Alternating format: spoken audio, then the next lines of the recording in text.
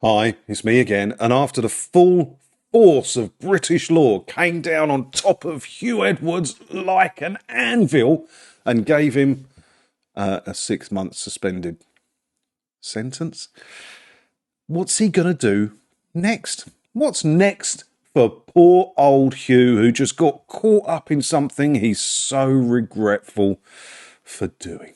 Well, let's have a look, see what his options are. Huw Edwards offers to work for charities after pleading guilty to making indecent images of children. Yeah, that's who you want representing your charity, isn't it? That's what you want. That'll be fine, yeah, give him the job. Pay him as well. The former BBC journalist, 63, has advertised his services on LinkedIn, claiming he will work for not-for-profit groups. It's not he is due to, he has been sentenced after pleading guilty, 41 images, blah, blah, blah. On his LinkedIn page, he offers to help in areas of interview preparation, public speaking, and political consulting. He says, after 4 decades of top-level experience in journalism, media, politics, and communications, I'm available for no charge to charities and not-for-profit organisations. I've never really had any full dealings with charities, but if I was a charity, would I want a convicted, can't say the word, working for me? I don't know. But then the BBC had loads of them and they didn't seem to mind too much, did they? But there's this other one here, which I don't get why it's even a thing that has to be said by the boss of the BBC. Look, Director General Tim Davie says he can't see Huw Edwards returning to the BBC. You didn't need to say that. The only reason you'd say that is because you'd like him to return one day, but you need to work out how it could happen. Otherwise, there's absolutely no need to say any of that. Is there, Tim? I mean, I've said some bad things about Tim Davie in the past, but this just seems ridiculous.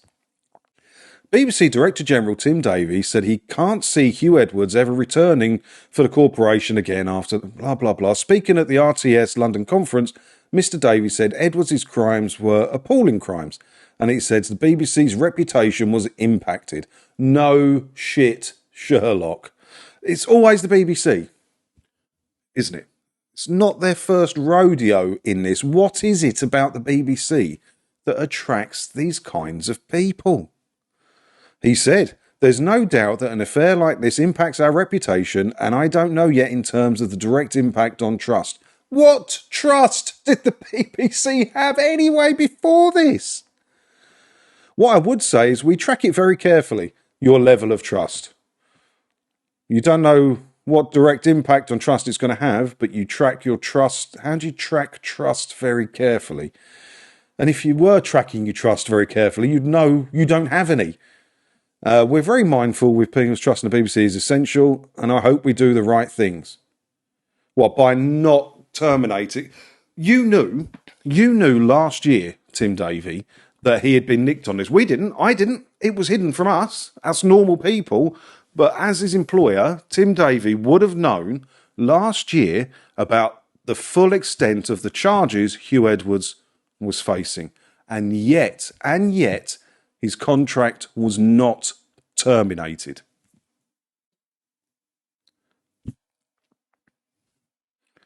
We're very mindful that with people, trust in the BBC is essential, and I hope we do the right things.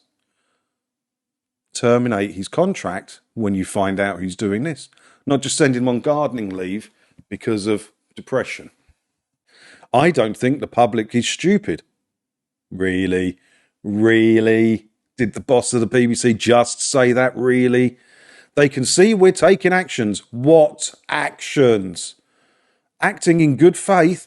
How is it? I want to find a video of him saying this to see if he's pissing himself with laughter. I want to see the context in which he's saying these things, because he could only be saying these things if he's absolutely wet in his knickers with laughter, right? They can see we're taking actions, acting in good faith, and trying to get through things in a calm and fair manner. And in the end, I think people are smart and they'll make their judgments. Yes, people are smart, Mr. Davie, and they're making their judgments. 500,000 people last year refused to buy well, 500,000 more people last year, should I say, refused to pay for your TV licence fee to support your dirty, horrible organisation. This year, it's going to be more. And in the end, I think people are smart and they'll make their judgments. They will, Mr. Davey, by taking away your funding. And I'll see what we do. Yeah, we'll all see what you do. And I think overall, there's no doubt about it. These things impact your reputation, but you can maintain trust by doing the right thing. When are you going to start doing the right thing at the BBC? Endless examples of this, Tim, but there is no way on earth he's saying this with a straight face. There is no way on earth. Presenter Huw Edwards then asked Mr. Davey why Edwards' pay continued after the BBC was made aware of the charges against the 63-year-old. He replied that, "We decided that pay continues until someone is charged," and added, "I think it was the right decision based on current policy." From what I understand, and I'm prepared to be put wrong on this, if someone from the BBC media team want to reach out to me, my email address is on my profile on here. From what I understand, he was charged last year. Was it May last year? April or May? Not this April or May, the one before, on the indecent images charges. And the BBC was still paying him until the end of the year. Oh, I'd like some clarification on that, because from my understanding, that's what it is. If I'm wrong, I'll admit I'm wrong. But if I'm not, we decided that pay continues until someone is charged. He was charged. Why was his contract not terminated immediately when he was charged?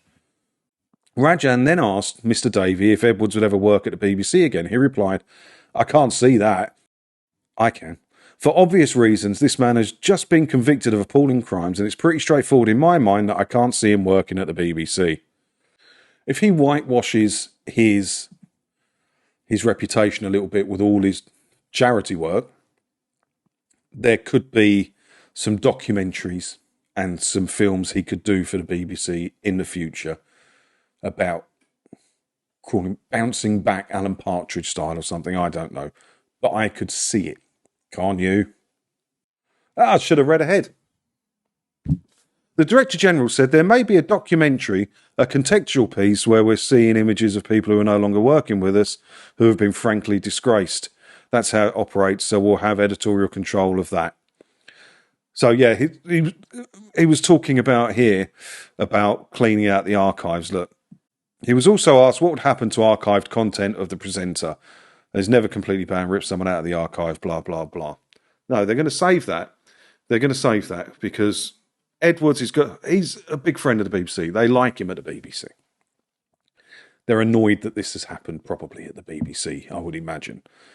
If he does enough charity work to whitewash his image a little bit, he could get a couple of documentaries about how he's putting his life back together and rebuilding his family life. Tell me you can't see that happening. 5 years or so on the BBC, you heard it here first. You know, when you're that far into the club, like Huw Edwards was, never say never to anything. I mean, let's face it, that punishment that he got isn't punishment at all. Keep your nose clean for, 2 years? We'll say no more about it. Is basically what they've said there. Nothing. No problems at all. Is he going to have his access to the internet restricted? Is he going to be allowed to have electronic devices? Yes, of course he is, because he needs those for his business or whatever he'll say. It's complete nonsense, and he's basically got away with it. It's not right. It's not right, is it? Let me know what you think about this down in the comments below. As always, thanks for watching. Hit all the buttons and everything as well, because if you do that, hopefully I'll see you in another video again soon, won't I? Ta-da.